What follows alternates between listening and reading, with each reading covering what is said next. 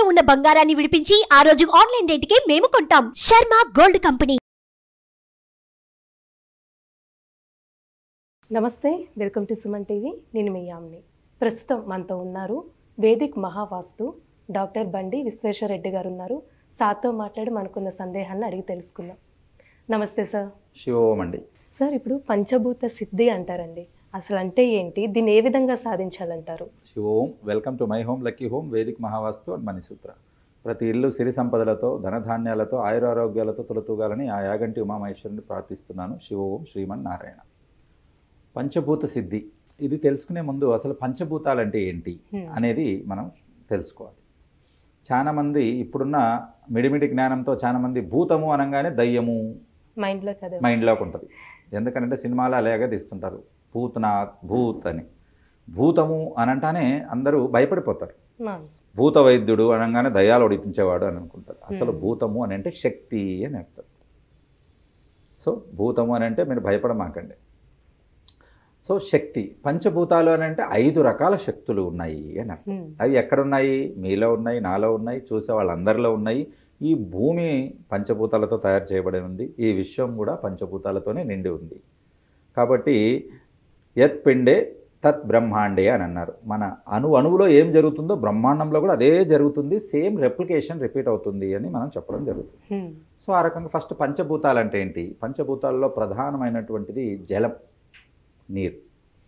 So మన వాస్తులో ఈ జలతత్వాన్ని మనము ఉత్తరానికి ఆపాదించడం జరిగింది. సో ఉత్తరానికి జలస్థానం అంటాం. తర్వాత నెక్స్ట్ జలం తర్వాత పంచభూతాల్లో నెక్స్ట్ది వాయు అంటే ఎయిర్. మనకి ఎక్కడి నుంచి వస్తుంది? ఆక్సిజన్ చెట్ల నుంచి వస్తుంది. కాబట్టి ఇవి తూర్పుకు సంబంధించినవి. చెట్లకు జీవనాధారం ఇచ్చేది ఎవరు? సూర్యుడు. సూర్యుడు వెలుగులేంది విత్తనము మొలకెత్తదు, మొలక చెట్టవదు, చెట్టు కాయవదు, కాయ పండవదు. సో ఈ రకంగా అన్నట్టు. తర్వాత నెక్స్ట్ 3వ పంచభూత తత్వం ఏంటంటే ఫైర్, అగ్ని. కాబట్టి ఈ అగ్ని సౌత్ ఈస్ట్ మనకు ఇక్కడ కిచెన్లో ఇవ్వడం జరిగింది. కాబట్టి సౌత్ ఈస్ట్లోనే కిచెన్ ఉండాలి అనేది ఎందుకు చెప్పడం జరిగిందంటే అక్కడ వండిన పదార్థాలు మీరు తీసుకుంటే ఈ శరీరము శక్తినిస్తుంది. దాంతో మీరు పని చేసుకొని డబ్బు సంపాదిస్తారు. ఫుడ్ పాయిజన్ జరిగింది, ఏమవుతుంది? ఫుడ్ పాయిజన్ అని అంటే సౌత్ ఈస్ట్లో ఏదైనా తేడా కొట్టింది అనుకోండి. ఫుడ్ పాయిజన్ అయితే ఏముంది? నెల రోజులు బెడ్లో ఎక్కుతారు, వచ్చే ఆదాయం వెళ్ళిపోతుంది. పైగా దాచుకున్నదంతా ₹1,00,000 హాస్పిటల్కి పెట్టేస్తారు. సో దీని అర్థం ఏంటి? సౌత్ ఈస్ట్ పూజ గది కంటే క్లీన్గా ఉండాలి. సౌత్ ఈస్ట్లో ఎవరు వంట చేస్తారు? అమ్మవారు చేస్తారు అని అంటే లేడీస్ చేస్తారు. వాళ్ళు అందుకే స్నానం చేసి వెళ్ళి నీట్గా చేయాలి, ఎందుకంటే చేతులు అవి శుభ్రంగా ఉండాలి. మరి ఇప్పుడు ఇవి కథలు చెప్తే మూఢనమ్మకాలు అంటాం, కానీ చేతులు సరిగ్గా కడగకుండా చేస్తే ఎన్ని రకాల జబ్బులు వస్తాయనేది గూగుల్లో కొడితే తెలుస్తుంది. మరి అన్ని రకాల జబ్బులు రాకుండా ఉండాలని అంటే స్నానం చేయడం లేదా చేతులు శుభ్రం చేసుకొని చేయడం అనేది చేయాలి. స్టవ్ ముట్టించడం ఇదంతా చేసేది మనము ఎప్పుడైతే వంట చేస్తున్నామో ఆ వంట తినే వాళ్లకు బలాన్ని ఇవ్వాలి, మంచి ఆరోగ్యాన్ని ఇవ్వాలి. ఆ ఆరోగ్యంతో డబ్బు సంపాదించుకోవాలని అంటే సంకల్పం అనేది చాలా ముఖ్యం. కాబట్టి మనం ఇప్పుడంటే స్టవ్లు వెలిగిస్తున్నాం, కానీ ఒకప్పుడు అన్ని పొయ్యిలు ఉండేవి. కాబట్టి పొయ్యికి పూజ చేసి వెలిగించేవాళ్ళు. ముందు దీపం పెట్టి ఆ దీపంతో పొయ్యిని వెలిగించేవాళ్ళు. ఇప్పుడు అవి లేదు కాబట్టి డైరెక్ట్గా వెలిగించేస్తున్నారు. కానీ అప్పుడైనా కనీసం మనం నేను చేసే వంట, నేను చేసే ఈ పదార్థాలు నా భర్తకు, పిల్లలకి లేదా అత్తమామలకు ఎవరైతే ఉన్నారో వాళ్ళందరికీ కూడా మంచి పోషణ ఇవ్వాలి. ఈ పోషణతో వాళ్ళు మంచి ఆరోగ్యంగా ఉండి డబ్బు సంపాదించుకొని రావాలి అని అనుకొని చేస్తే కడుపు నిండా తింటారు. ఎందుకు వచ్చిందిరా బాబు ఇది ఎవరు పెట్టారని అనుకుంటే 25 భాగం తిని 30 భాగం వదిలేసి వెళ్తారు. కాబట్టి మన ఫీల్ అనేది రావాలి. హోటల్ ఎందుకు 1 దోశ తింటే కడుపు నిండిపోతే తినలేం, ఇంట్లో అయితే 4 తింటారు. ఏంటి తేడా అక్కడ? అది చేసేవాళ్ళ దాంట్లో. ఇక్కడే మీకు తేడా తెలిసిపోతుంది. ఇంట్లో 4 కొంతమంది 10 తినేవాళ్ళు కూడా ఉన్నారు. కాబట్టి ఎప్పటికైనా కూడా ఇంట్లో ఆ ఫీల్తో చేస్తారు. నా పిల్లలు తినాలి, నా భర్త బాగా తినాలి, మా అత్తమామలు, మా పిల్లలు వీళ్ళందరూ ఆరోగ్యంగా ఉండాలనే ఫీలింగ్. ఆడ ఏముంది? వాడు పొరక తీసుకొని ఓడుస్తూ ఉంటాడు. తర్వాత ఎందుకు రాయి జీతం ఇచ్చాడు, నా ఓనర్ శాలరీ పెంచట్లేదు ఏంటి అని తిట్టుకుంటూ చేస్తాడు. ఉన్నారు అందులో కూడా మంచి చేసే వాళ్ళు ఉన్నారు. కానీ వాళ్ళు మంచిగా చేస్తే మాత్రం మంచి ఎనర్జీ వస్తుంది. అప్పుడు మీరు 2-3 తినగలుగుతారు, అప్పుడే తెలుస్తుంది. రైట్, ఇది అన్నట్టు. సో ఇది అగ్నితత్వం అన్నట్టు. తర్వాత నెక్స్ట్ది భూమికి సంబంధించింది పృథ్వీ అంటారు పంచభూతాలు. కాబట్టి భూమి 1/4 ఉంటుంది. జలతత్వం 3/4 ఉంటుంది. మన మొన్న భూగోళము 3 వంతులు నీటితో కప్పబడి ఉంది, 1 వంతు మాత్రమే భూమి ఉంది అన్నట్టు.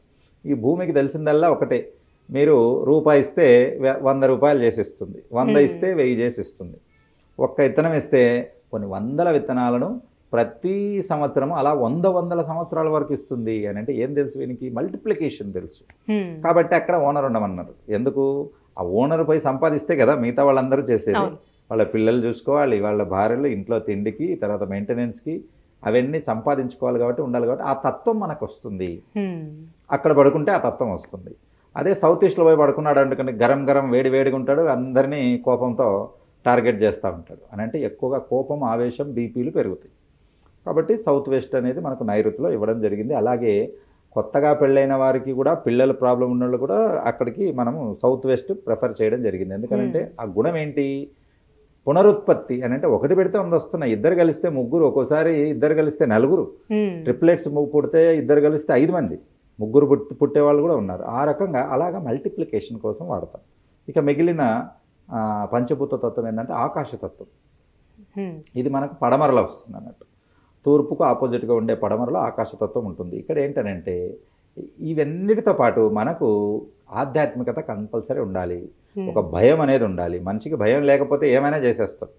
సమాజము, గౌరవము, ధర్మము అనేది ఉంది కాబట్టి కొంచెం భయపడి ఏమి చేయట్లేదు, లేకపోతే పట్టపగలే దారుణాలు జరిగిపోతాయి. అంటే ఇప్పుడు ఒక వాస్తుపరంగానే మనిషి యొక్క జీవన విధానం డెఫినెట్గా ఉంటుంది. మనం ఎందుకు అక్కడే పడుకోవాలి, ఎందుకు ఇక్కడే ఉండాలి, లీగల్ జోన్ అని చెప్పామంటే, న్యాయపరమైనది అని ఎందుకు చెప్పామని అంటే ఆలోచన అలా ఉండాలి. సపోర్ట్ జోన్ అంటామంట వాయువ్యానికి. అని అంటే నార్త్ వెస్ట్ కలిసే జోన్ను నార్త్ వెస్ట్ సపోర్ట్ జోన్ అంటాం.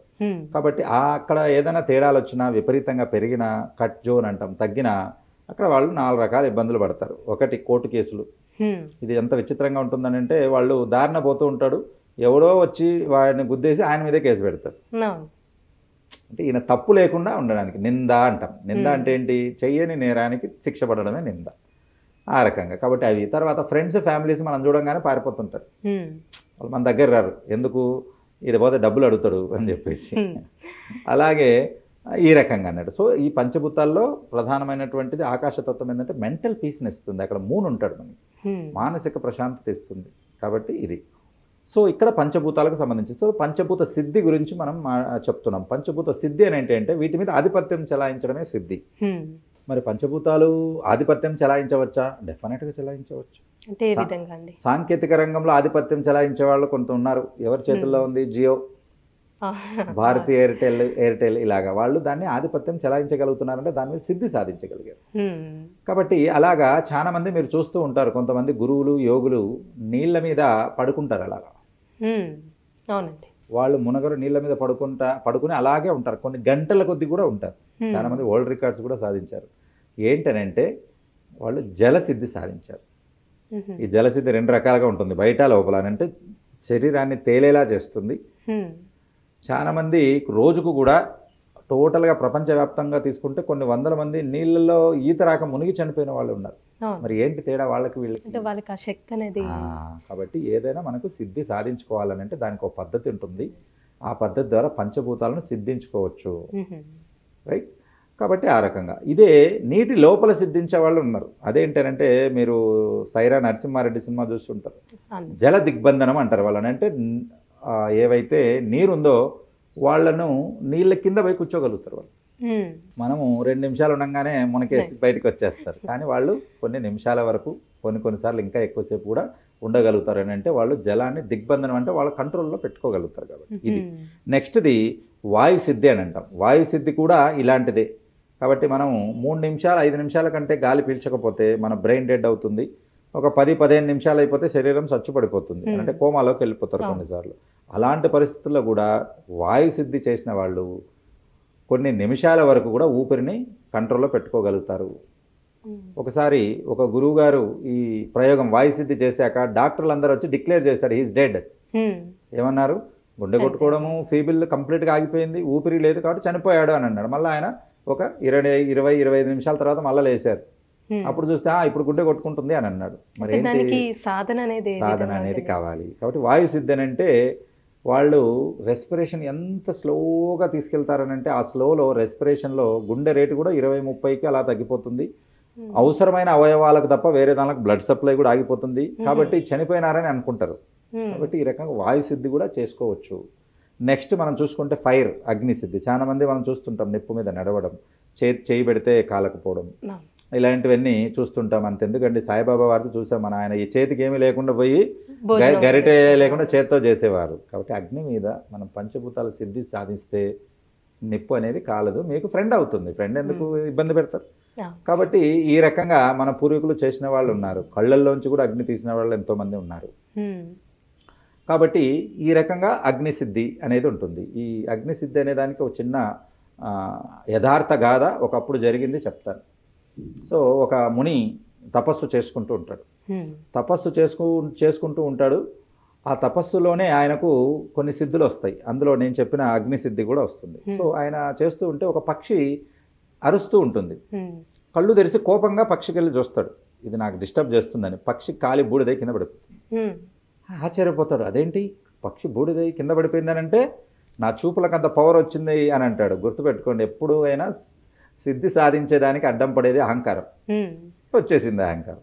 చూసేసి చేశాడు. మళ్ళా ఆయన ధ్యానంలో కూర్చున్నప్పుడు ఆయనకు ఆకాశవాణి చెప్తుంది, నీకు దేనికోసం చేస్తున్నాను, నేను అఖండమైన జ్ఞానం కోసం చేస్తున్నాను, సిద్ధుల కోసం చేస్తున్నాను, అయితే నువ్వు ఇక్కడ కాదు అని ఒక అడ్రస్ చెప్తుంది. ఒక ఆవిడ ఉంటుంది, మీరు అక్కడికి వెళ్ళి మీరు కలిస్తే మీకు సిద్ధి అక్కడి నుంచి మీకు సిద్ధిస్తుంది, మీకు మార్గంగా సులభంగా చేస్తుంది అనగానే సరే అని ఆ ఇంటికి వెళ్తాడు.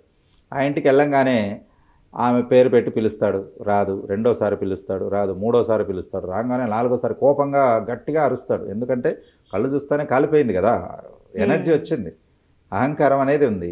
ఆమె బయటకు వచ్చి ఏం చెప్తుందనంటే ఒక మాట చెప్పేసరికి నా షాక్ అయిపోయి తల కిందకి దించుకుంటాడు. ఏమంటుంది బయటకు వచ్చాక, ఎందుకయ్యా అంత నువ్వు అరుస్తూ ఉన్నావు, నేనేమి పక్షిని కాదు కాలిపోవడానికి అంటున్నాను.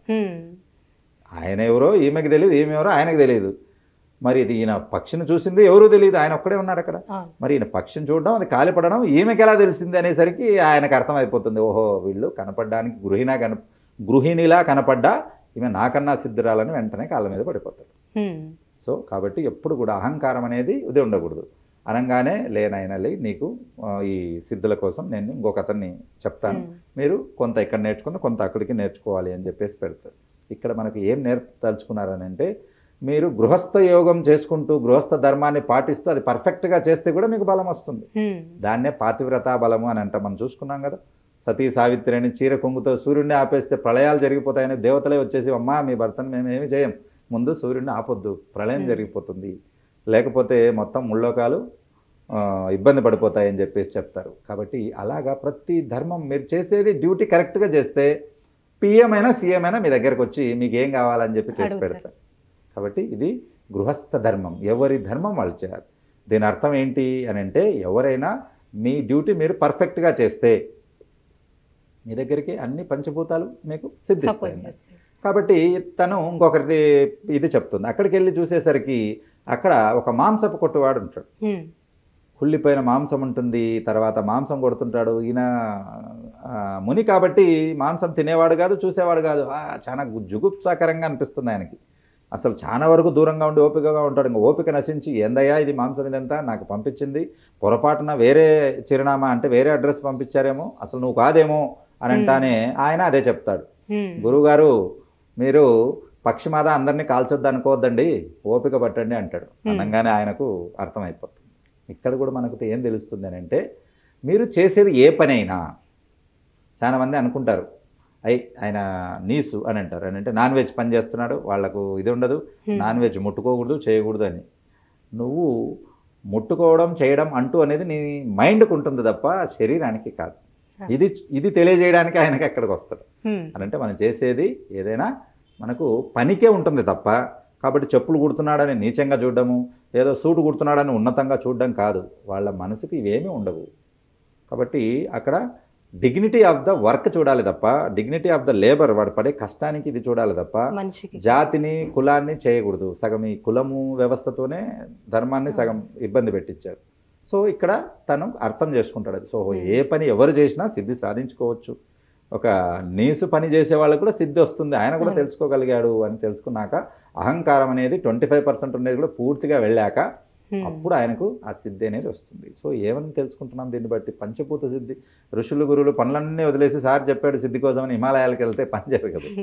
ఏం చేయాలి? మన పనులు మనం చేసుకుంటూ మీకు ఇచ్చిన ధర్మాన్ని మీరు దాంట్లోనే పర్ఫెక్ట్గా చేస్తే మెట్లు ఎక్కినట్లు మీకు ప్రమోషన్స్ రావడం, అలాగా మీకు రావడం అనేది జరుగుతుంది. సో ఎప్పుడు కూడా చేసే పని మీద ధ్యాస పెడితేనే అదే సిద్ధి వస్తుంది. సో ఇక్కడ మనము అగ్ని సిద్ధి గురించి చెప్పుకున్నాం. నెక్స్ట్ భూసిద్ధి అంటే భూమి మీద పట్టు సాధించేవాళ్ళు. దీనికి రైతులు చెప్పుకోవచ్చు. రైతు అదే భూమి, అదే పంట, అదే విత్తనం ఇచ్చుంటారు అందరూ, కానీ ఒకతను 40 కేజీలు 40 మూటలు పండిస్తాడు, ఇంకొకతను 10 మూటలు పండించలేకపోతాడు. ఏంటి తేడా? అది సిద్ధి. భూమి మీద సిద్ధి సాధిస్తాడు. వెళ్ళంగానే భూమిని అరిచేతిలో పట్టుకుంటాడు. ఆయన భూమిని ప్రేమిస్తాడు. ఫ్యామిలీ కంటే ఫ్యామిలీని చూడకపోయినా ఇబ్బంది పడను, కానీ ఒక్కరోజు పొలంకు పోకపోతే ఆయన ఇబ్బంది పడిపోతాడు. ఏదో మన శరీరంలో ఒక అంగం మిస్ అవుతుందేమో అని ఎంత పడతాడు. అది కనెక్టివిటీ అంటే. అలా ఉన్న వాళ్ళు రైతులు ఇప్పటికే ఉన్నారు. మీకు ఇంకా చెప్తే ఆశ్చర్యం అనిపిస్తుంది. నేను చనిపోతే ఇక్కడే పాత పెట్టండి అనే రైతులు కూడా ఉన్నారు. పొలంలోనే ప్రాణం వదలాలనుకున్న రైతులు ఉన్నారు. అంత అటాచ్మెంట్ ఉంటుంది రైతు. అది ఈ కమర్షియల్ వాళ్ళకి అర్థం కాదు, రైట్? కాబట్టి అలాగా మనము పృథ్వీతో సిద్ధి సాధించిన వాళ్ళకే ఈ పంటలతో మిరాకిల్స్ చేస్తారు. మిరాకిల్స్ చేస్తారు.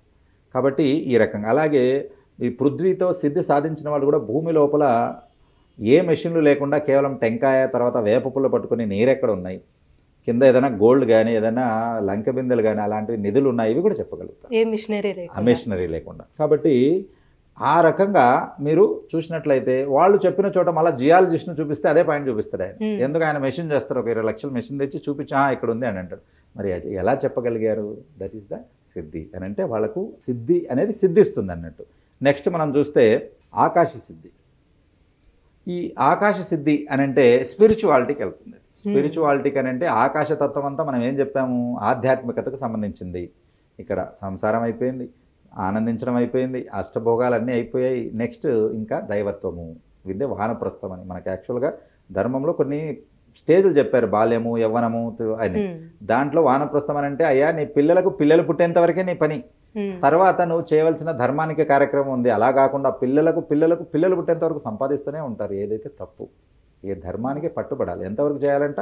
పిల్లలు, వాళ్ళ పిల్లలు పుట్టారనుకోండి ఇంకా వాళ్ళకి ఆపేసారు. చేసేసి ఏం చేయాలి? నీ శక్తి, నీ డబ్బు, నీది ఏదన్నా కూడా దేనికి వాడాలి? ధర్మానికి వాడాలి. కాబట్టి ఈ రకంగా అది మా నాన్నగారు బండి యాగంటి రెడ్డి గారు చేస్తున్నారు. 97లో రిటైర్మెంట్ అయిపోతే మేము మొత్తం ముగ్గురం అయితే అందరూ సెటిల్ అయ్యారు. ఎవరికి వద్దని చెప్పి ₹1,00,000 జీతం ఇస్తాము. ఒక స్కూల్కు డీన్గా ఉండమంటే కూడా ఆయన వదిలేసి ఆయనకు 70,000 పెన్షన్ వస్తుంది. వెళ్ళి శ్రీ ఉమామహేశ్వర రైతు సంఘం అని యాగంటిలో ఉంటుంది కదా, నేను చెప్పే ప్రతిరోజు దాంట్లో ఉచితంగా సేవ చేస్తున్నారు. కాబట్టి ఎందుకు అందరు పిల్లలు సెట్ అయ్యారు, డబ్బు ఎవరికి అవసరం లేదు. కాబట్టి డబ్బు కోసం ఎందుకు ఎంపర్లాడాలి? ఉన్న జీవితాన్ని మనం పుణ్య సంపాదించడానికని వెళ్తారు. ఆ రకంగా అందరికీ కూడా ఆ రకంగా ఆలోచించాలి. దానికి నా నాన్న నాకు ఆదర్శం. సో ఇక్కడ ఇది ఆకాశ సిద్ధి గురించి. సో ఇంకొకటి ఏం చెప్పదలుచుకున్నానంటే ఇక్కడ మనకు ఫైర్, అగ్ని సిద్ధి. దీన్ని ఎక్కడైనా ఉన్నారా, ఇప్పుడు కాలంలో కూడా ఉన్నారా అని అంటే మీరు నెట్లో ఒకసారి కొట్టి చూస్తే మహారాష్ట్రలో ఒక అతను ఉన్నాడు. షాక్ తగలదు ఆయనకి. ట్రాన్స్ఫారంకు డైరెక్ట్గా పట్టుకొని ఫ్యూజ్ పెడతారు. మీరు నెట్లో కొట్టినా వస్తుంది, యూట్యూబ్లో కూడా వీడియోలు ఉన్నాయని. జనాలు ఆశ్చర్యపోతారు. అదే షాక్ వేరే వాడు కొడితే చచ్చూరుకుంటాడు అక్కడ. ఎందుకనంటే ఇంట్లోకి వచ్చేది 230 వోల్ట్స్ అయితే అది హైవీ వోల్ట్స్ ఉంటుంది. చేత్తో పట్టుకొని పెడతాడండి, స్పార్క్ కూడా వస్తుంటుంది, ఆయనకి ఏమీ కాదు. అగ్ని సిద్ధి ఉంటుంది. కొంతమందికి పుట్టుకతోనే సిద్ధితో పుడతారు. కాబట్టి ఆ రకంగా అగ్ని సిద్ధి అనేది ఉంది ఆయనకు. మీరు చూడొచ్చు. అంటే ఇప్పుడున్న కాలంలో కూడా మహారాష్ట్రలో ఉన్నాడు, ఫైర్ బేరర్ అంటారు ఆయన్ని. కాబట్టి అదే ఫ్యూజ్ వేరే వాళ్ళు పట్టుకున్నారనుకోండి ఇంకా ఉండడు ఆ రకంగా. సో ఇది ఎవరైనా ఏ ప్రాంతంలో ఉన్నా కూడా మీరు చేసే పని మీరు పర్ఫెక్ట్గా చేస్తే ప్రపంచంలో ఉన్న అన్ని శక్తులు మీ పాదాల దగ్గరికే వస్తాయి. అదే ధర్మం అని అంటారు. అంటే ఏ ధర్మమైనా కానివ్వండి, మీరు ఏ పని చేస్తున్నా ఆ పనిలో నిబద్ధత ఇది చేస్తూ ఉండాలి. దాన్ని పాజిటివ్గా తీసుకోవాలి. ఆ చేసే దాంట్లోనే పూర్తిగా మనస వాచ కర్మణ అన్నీ మీరు పెట్టి చేస్తే అద్భుతాలు మీరు సృష్టించగలుగుతారు. ప్రపంచానికి మీరు ఆదర్శవంతం అవుతారు. చాలా చక్కగా తెలియజేస్తా పంచభూత సిద్ధి గురించి. ధన్యవాదాలు. చూసారు కదండి, మీరు కూడా సార్ని కలవాలి అనుకుంటే, అంటే డైరెక్ట్గా అపాయింట్మెంట్ తీసుకోవాలనుకుంటున్నా, అదేవిధంగా మీ ఇంటి వాస్తు సంబంధించిన విషయాలు తెలుసుకోవాలనుకుంటే మీకు స్క్రీన్ మీద నెంబర్ కనిపిస్తుంది కదా, ఆ నెంబర్కి కాల్ చేసినట్లయితే అపాయింట్మెంట్ తీసుకోవడం జరుగుతుంది. అదేవిధంగా మనకి సార్ వైజాగ్, విజయవాడ రావడం జరుగుతుంది. సో డైరెక్ట్గా కూడా మీరు కలవచ్చు. Thank you. సుమన్ టీవీలో మీ పర్సనల్ అండ్ బిజినెస్ ప్రమోషన్స్ కోసం కింది నెంబర్కి కాంటాక్ట్ చేయండి.